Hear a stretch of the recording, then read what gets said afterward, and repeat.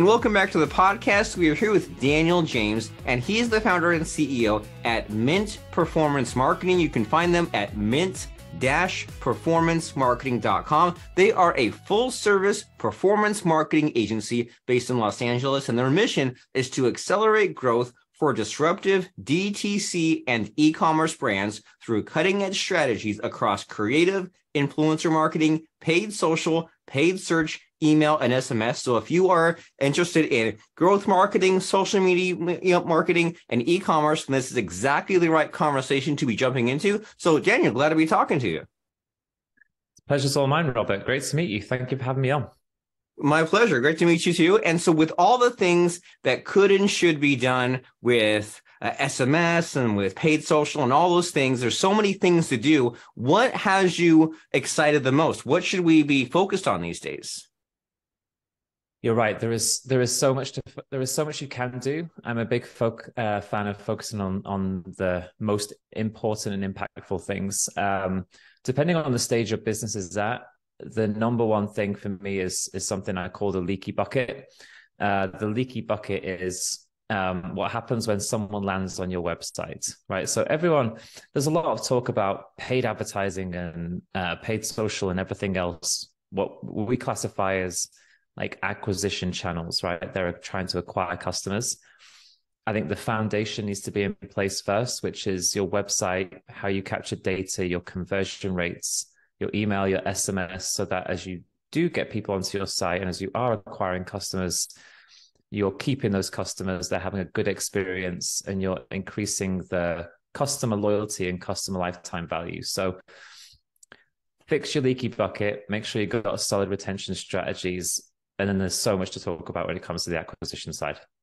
And that's a great starting point, that if you have that leaky bucket and you say, well, I think my problem is I'm not dumping enough ad money, then you'll just multiply your problems. And I can't quite put my finger on it, but when I land on someone's website, it's like you can almost have the sixth sense about if it's kind of customized or not, right? Like I don't know what it is, but sometimes I'll land on a website and I'm like, I can tell they installed like the demo of whatever WordPress theme and just kind of changed some text, changed some graphics, and I feel like it's not quite there. And then there's other times when I land on a page and it loads quickly and I don't even really have to think about what it is I'm doing next. I'm like, oh yeah, I know I need to click on this or fill in this form, and I can't quite put my finger on it. And I imagine maybe that's a result of performing many iterations and on looking at your analytics, as you said there, and like seeing like, okay, how's your conversion rate? How long does someone spend on the page? And maybe like over time, making those small improvements that we don't even see or appreciate as someone who's like just landing on a page that might have gone through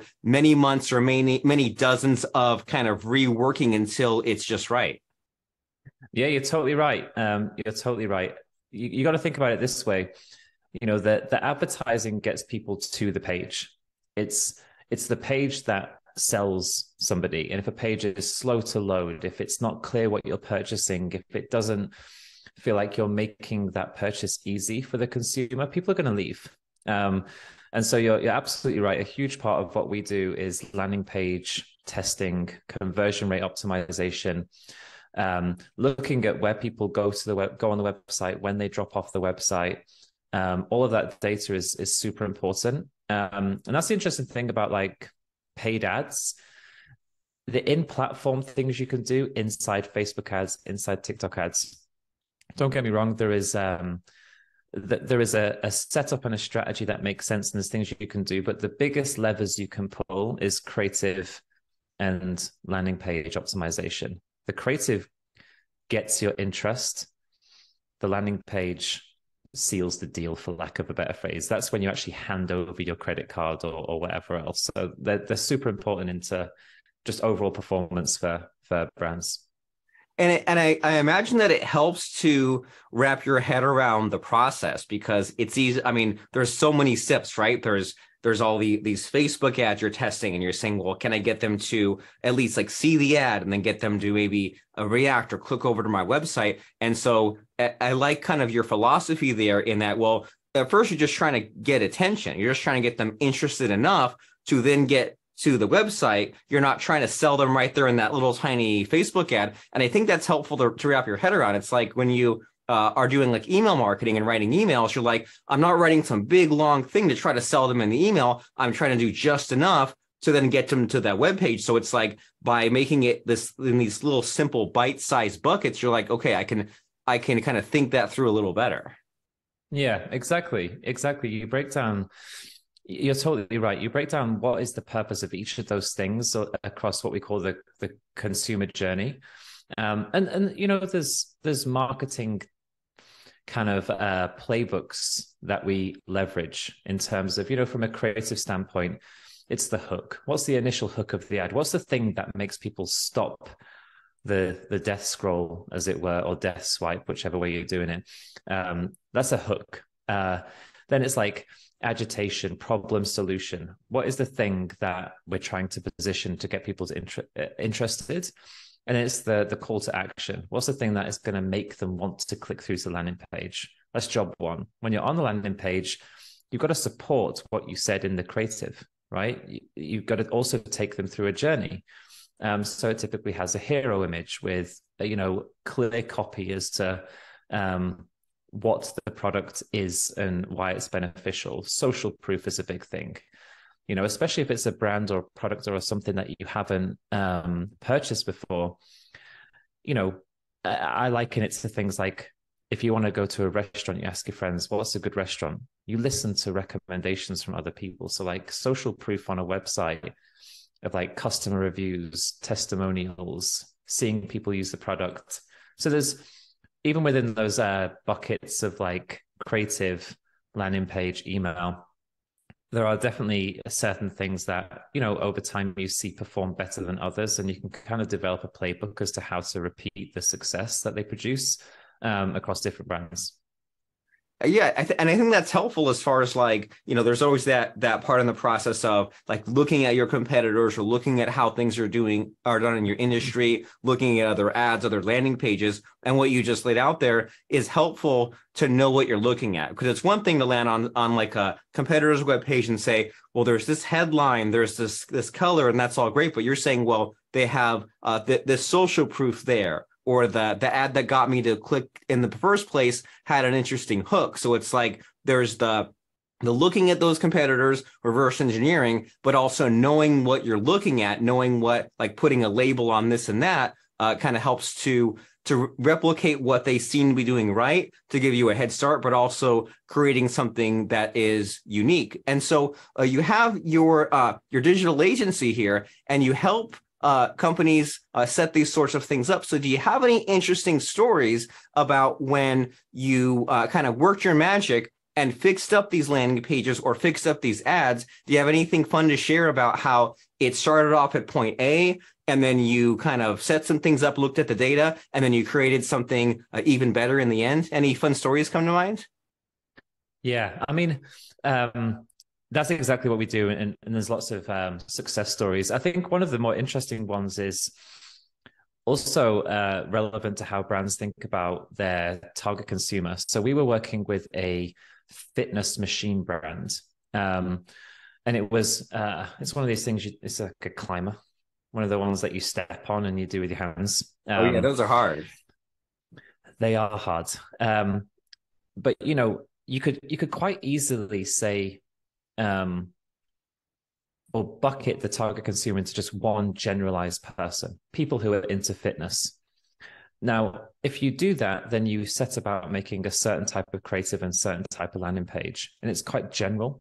And so you're not being very specific or personalized to your potential consumers. So what we actually did is identified 3 buckets of people, because those machines are really good if you're like, you know, if you're really into hardcore fitness, because you can really push yourself on them. So like a real kind of gym bunny, for lack of a better phrase.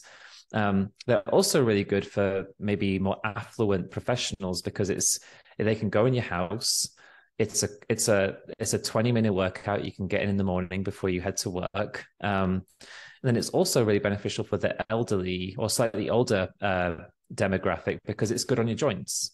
You know, so past a certain age, and I'm reaching that age, running outside, it messes your ankles up and your knees up. So this is a really good workout for them. So we identified those 3 buckets that allowed us to create specific content and align with specific like influencers in those 3 very separate kind of target consumer groups, and then create customized landing pages for them. So the headline on our on like the professionals was at home 20-minute workout, torch those calories, or something like that. The one for the older demographic was easy on the joints. It was, so the copy and everything within the creative on the landing page is customized to who you're trying to get interest from. That was a real unlock for that brand. It improved performance, and we take a similar approach with a lot of our brands. And that kind of comes down to like consumer psychology and understanding exactly who your target market is, and testing those things with those customized creative and landing page experiences.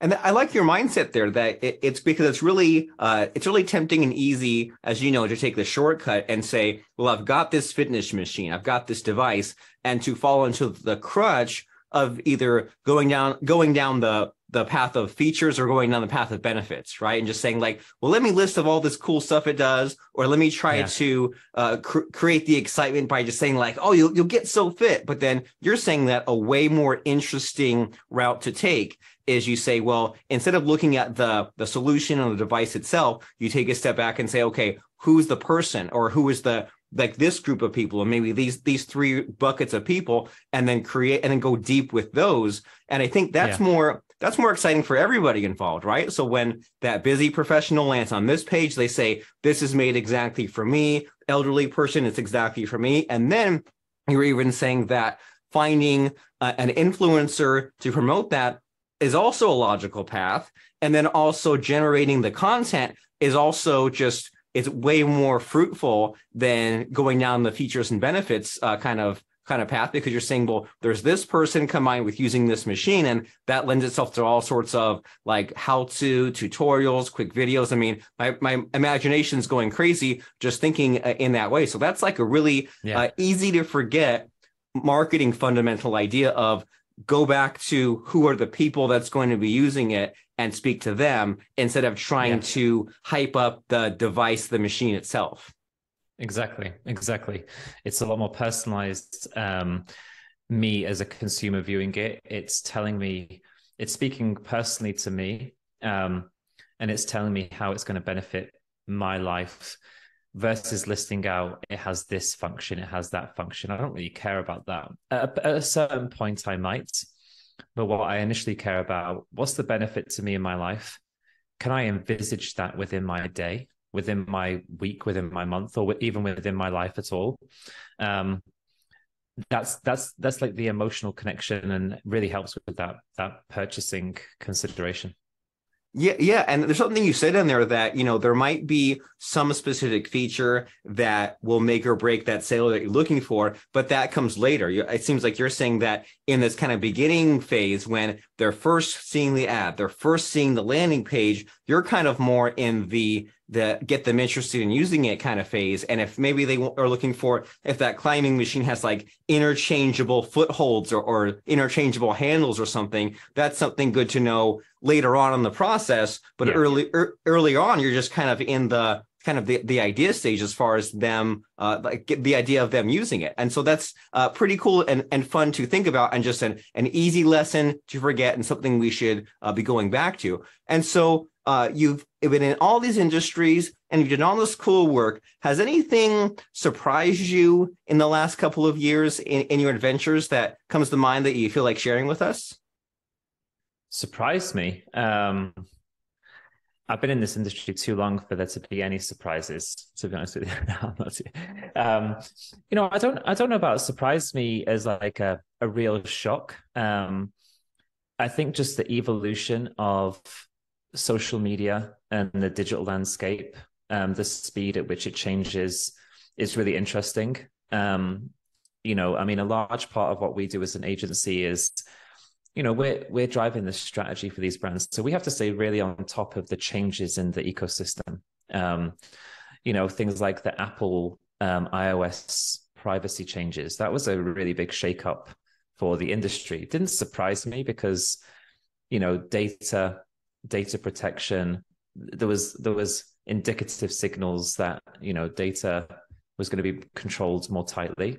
I mean, let's be honest, Apple did it so that they could control the data themselves. So is it data privacy, or is it a big fuck you to Facebook? It's the latter. So I think, like, I don't know if anything massively surprised me other than just the pace at which things are evolving. I mean, TikTok coming out, I think it's hard to see. It's hard to see what the next big social media platform will be when you've got TikTok, Instagram, Facebook, Snapchat, all these things. I think the variables of potential social platforms have been covered quite broadly. I see that evolving into more kind of like niche subsets within those social channels. They're not really just big social communities or social networking sites these days. They're very creator driven. And I think by default, they become slightly fractioned communities or sub-communities of a larger platform. So, I mean, again, no massive surprises, I don't think. Just interesting to chart the evolution of everything that we leverage within the agency to drive success for our brands. And I mean, you're bringing up sort of an interesting entrepreneurial or business owner lesson of just being aware of the cutting edge. And I know that when sometimes I'll like read some book, take some course, go to some event or something, and I'll think, why am I going to this? What's the immediate benefit to me? And many times there's like the networking or just like kind of knowing what's happening in the coming years ahead. So that way, if artificial intelligence or short form video or live streaming or whatever the next fad is, you can sort of see it coming, like you're mentioning, even with like the iOS privacy. So that way you can just kind of slowly let these things soak into our brains. So that way it's not a shock when something else happens. And maybe that's why you're not surprised, because you're kind of always staying up to date with what's happening. So by the time everyone else is shocked, you're like, I already took care of this 6 months ago. And then there's also, because I mean, you've worked for MySpace and AOL, and things always shift, and sometimes some social platform will be the top of the heap, and then maybe like Twitter goes on the decline, or Facebook a little bit, or who knows, sometimes there's a top dog and then they get dethroned a little bit. So things always shift. And you're mentioning, like, I heard this advice a bunch of years ago where someone said, if there's some new social platform, join it and like make the most use out of it, because they probably haven't clamped down on all the rules like Apple or Facebook have. And so it's just a good reminder in general, right, to look at what is coming soon. That way you are not playing catch up later on. And so along those lines of this kind of conversation we're having, what do you see happening in the future, either with digital marketing or your industry, or even anything else that you have planned soon? Just what do you see happening in the future in any sense of the word? Yeah, so I mean, in our world, it's digital social marketing to drive success for e-commerce brands.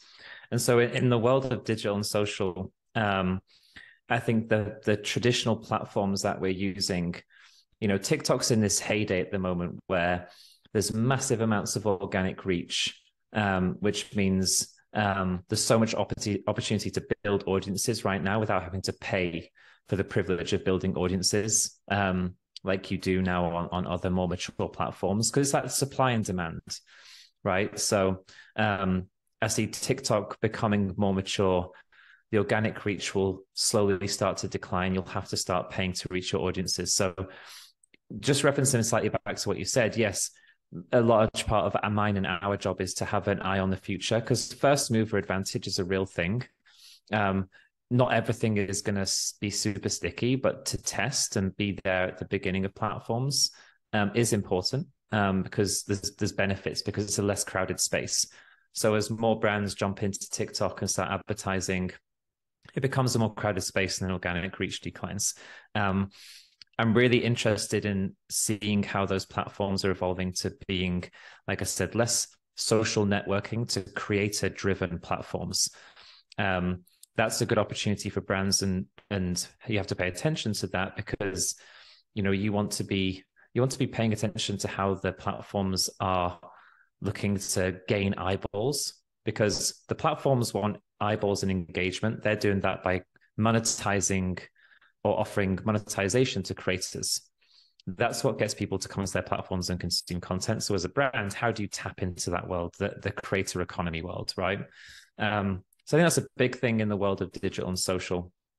E-commerce, I think that, partly driven by the economic changes is the kind of like vast amounts of money to drive unprofitable growth, which arguably was never a great strategy in the first place, is being curtailed, at least in the short term, with a real focus on, acquiring customers in a way that is profitable, either on the first purchase or having a really strong repeat customer retention rates. So a lot of chat is put around Facebook ads and TikTok ads. Equal focus should be put onto what you're doing within your email, SMS, your loyalty programs, your subscription programs, how you're keeping the customers that you have acquired. We kind of call it scale and sustain at Mint. So scale is paid for customer acquisition and influencers and everything that gets the first customer. Sustain is that retention and customer LTV focus that increases the value of the customers you've acquired based on repeat purchases. There's a whole bunch when it comes to e-commerce around kind of supply chain and stuff, but that's maybe a little bit heavy for today. But yeah, those are two of the things that I'm thinking about. And that is a lot to think about. And as you said, there's like those, we said earlier, there's like those stages of awareness. So right now we're just in the podcast stage to say, well, here's all these ideas. And then you go over to mint-performancemarketing.com to get more of the details filled in. So we're in this sort of box, and we give this kind of a messaging. And since we're speaking in just kind of like vague terms, it's cool to tap into your mindset a little bit, because like what's going on in my imagination is like there's these entities, right? Like these social networks, and then one of the entities is you. And then they have these goals, and then there's these numbers in place as far as getting to those goals. So you're saying that like there's this such and such social platform like TikTok, and their goal is to grow their user base and provide organic reach for you, and to